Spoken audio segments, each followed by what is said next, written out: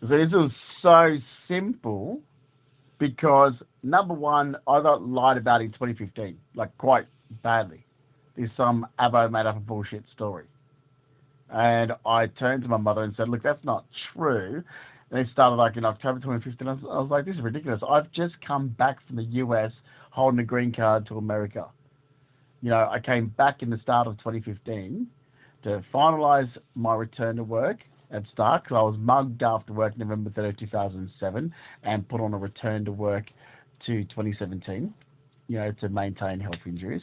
During that period of time, I was going for the green card process. I was still working, but I put down it as work experience. And I was on a part salary income, so that was still classified as earning an income from Star Casino. So it actually still shows up because it's not unemployed, which is what I kept trying to explain to my mother and my mum's family, where they kept saying, so how do you survive if you've got no money coming in? It's like, why do you keep saying this? They were doing this since I was mugged after work in 2007. I'm like, why do you keep saying this? Because that's not true. Why do you keep repeating lies? So I'm on a part salary payment, so I'm still getting like $40,000 a year. Part of my salary is still $40,000 a year. So I'm on a return to work. I'm still employed. That's why I'm still paying taxes. So I don't have benefits. I can't receive benefits. I was, I couldn't even get it. I didn't even have a pension card. Everything I had to pay for. There was no, I was still receiving an income that whole time. From 2007 to 2027, I was receiving an income on a return to work. That's what the negotiation was. But as you also know, I was doing work for Steve Hatch and Mitri at Chewpip, and I was designing sofas from 2009 and to 2012, and I was getting paid for that, but I wrote it down as work experience because I didn't want to upset my return to work, and also for the simple fact is that, I was getting cash in hand. I wasn't declaring what I was earning from Steve. I still did maintenance on the side, but as for my studies, it was Fine Arts Certificate in 1996 at TAFE College, Design Fundamentals in 1997, Design Events Illustration Certificate 4 in 2009, and Interior Decoration Design in 2010. These are my studies. Now, I had all the money still in the bank. I was receiving income. Okay, I had all my assets and belongings already brought, and next minute I'm getting defamed and completely lied about. And those lies have gone on for 11 years and cost me all my money, assets, belongings, my shares, when it could have easily been resolved 11 years ago. So my mother couldn't help with that. When I'm like, my shares, the government actually sold my shares out from underneath me, and there's like wiped out $10,000, and I can prove that. I can prove that because I had more than one different group of shares, and one of the groups of shares, the government claimed that because there was no movement on it for 2 years, I think it was, and they claimed they didn't know where I was. I'm like, how can you not know where I am? Because my Australian passport was changed at the US Consulate General in 2014, where they take a page out of it and they put the US green card, like the like immigration visa on it. It's like, so my passport, you would have record of that as the Australian government. I own a condo in Connecticut in the USA, and I'm paying taxes to the American government, federal and state taxes, yet the Australian government claimed they had no idea where I was, so they sold my shares during COVID out from underneath me, shares that were worth close to 12,000 in 2018, but so I can prove that as well. I've got back up what they were worth in 2018 when I was looking at some of them. I wish I had have. So during COVID, they sold them out from underneath me, and during COVID, they plummeted to nothing, and they sold them for like $2,000. Now, I can prove that my shares, what they were in 2018, I've got the record of that. They literally wiped $10,000 off my shares. Okay, this is the stuff I've put up with in the last 11 years because the lies that have gone on with government workers since 2015. They're absolute lies. So there's that alone. But there's also the money I still had from the sale of my investment property, which is 16 Scott Road. Now, 16 Scott Road in Tamworth, I never lived in.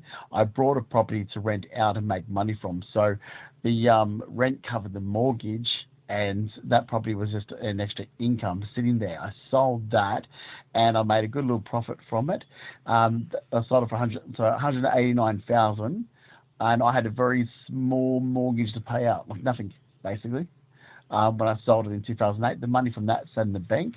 My salary package at Star Casino was $47,730 a year. I did side cash in hand jobs the entire time when working at Star Casino, whether it was casually doing maintenance, which so what I was working for a maintenance guy. So I worked with a maintenance guy, but still doing maintenance with him. He was the licensed maintenance guy, and I worked as his sidekick, basically, changing faucets, tap fittings, and vanities, touching up with silicone and paint. And I worked for Jeff, who had a tough and glass business that he ran out of his parents' house in Hunters Hill. I can still remember where his parents' place was, like this sort of round house. When you're looking at the house, the garage is to the right of it, and it goes under the house. It was an actual, like whatever, 6-car garage under the house. So that was like Jeff. So I worked for him a minimum. So I worked for Jeff a minimum 2 days a week, and there's a good chunk of cash in hand money coming in from there as well. Plus, I had all the money from all my savings going back to the 90s. I mean, 1999, I'm working at the Powerhouse in Tamworth. 2000, so I started there around January 1999. Then went to Gazebo Hotel, Church Street, Parramatta, in the year 2000, around January 2000. During the 2000, I worked 2 full-time jobs. So I worked there, then I worked the nightclub at the Albion around the corner. Whilst doing my gaming license to Star Casino that whole time, I had my interview. I've got the license done for the Casino Control Authority, because they're 2 separate bodies. You can get the job with Star Casino, but unless you get the license for the Casino Control Authority, if you're denied, you won't have your job. So got interviewed, got the job, and went through the process of getting my license, the gaming license. I did that, went to America, so that's why I didn't start until March of 2001, because I was in the States in January and February 2001. Then I'm working at Star Casino. Had to start off in gaming first and then move into the host department. But I actually interviewed for the host job. I keep saying this. People just don't listen. I actually interviewed for the host job, but I had to start in gaming first. So I did a little bit of gaming first, then moved into the host job. Okay, that's how it was back then in 2001, but that's how it was for me. Okay, and I can tell you exactly how the company used to run itself, is that it's not equal. Everyone was not on the same wage for the same job. Okay, if I'm a VIP host working next to another VIP host, we're not allowed to discuss what our job description is, or our employment, our salary agreement, because the next person next to you has got a completely different one. You might be doing the same or similar job. Okay, some people might be taking on more than you. It's just your discussion with your management. So for me, I was on $47,730 a year. A person next to me could have been on more. Okay, it's entirely it's your salary package. Okay, we don't discuss, so we're not all on the same. Okay, and that's noted. And I still have all of my records from Star Casino, going back over 20 years. And that's the way it is. So, for example, for myself, okay, I would work, so as a VIP host, I would do Oasis Lounge. I would do the Star Lounge, which was around the corner on the main gaming floor. Oasis Lounge was just above the main gaming floor. I would work the tournaments. I'd showboat cruise, the other cruise, the Yarrumby cruise, the pits. I would do the pits. I would be doing the lagoon host desk and the main cage host desk.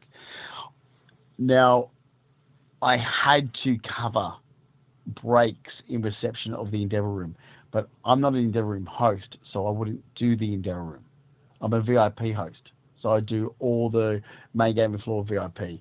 So all the tables on the main gaming floor, not the tables in the Endeavour room, because I'm not an Endeavour room host, I'm a VIP host.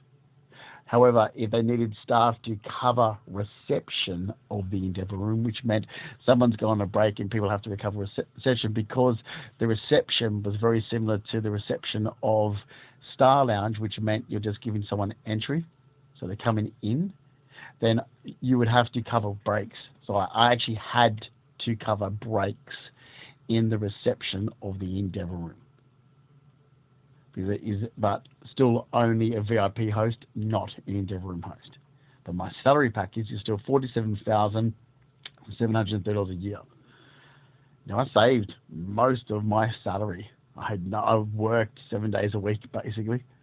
I was never going out, never did anything, and I saved most of my salary. I had cash money that now this all looks sinister with government organisations, which I don't know how, must be the dumb kids, and all this is gone. And my mother's been asked continuously. My mother's sister Mary Mahowski has been asked continuously. Okay, this is destroying my life. I mean, there's all my money gone, not from me spending it, from government.